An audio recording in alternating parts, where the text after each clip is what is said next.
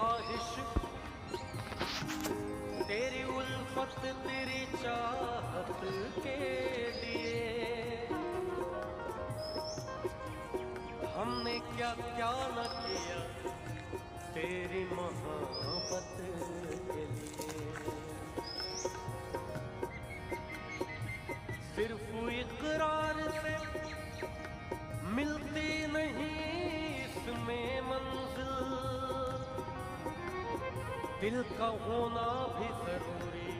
है ಅವಳಿದ್ದಾಗ ಅರಮನೆಯಂತಿದ್ದ ಈ ನನ್ನ ಹೃದಯ ಅವಳು ಹೊರಟು ಹೋದ ಮೇಲೆ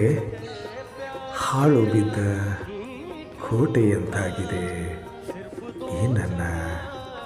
ಹೃದಯ.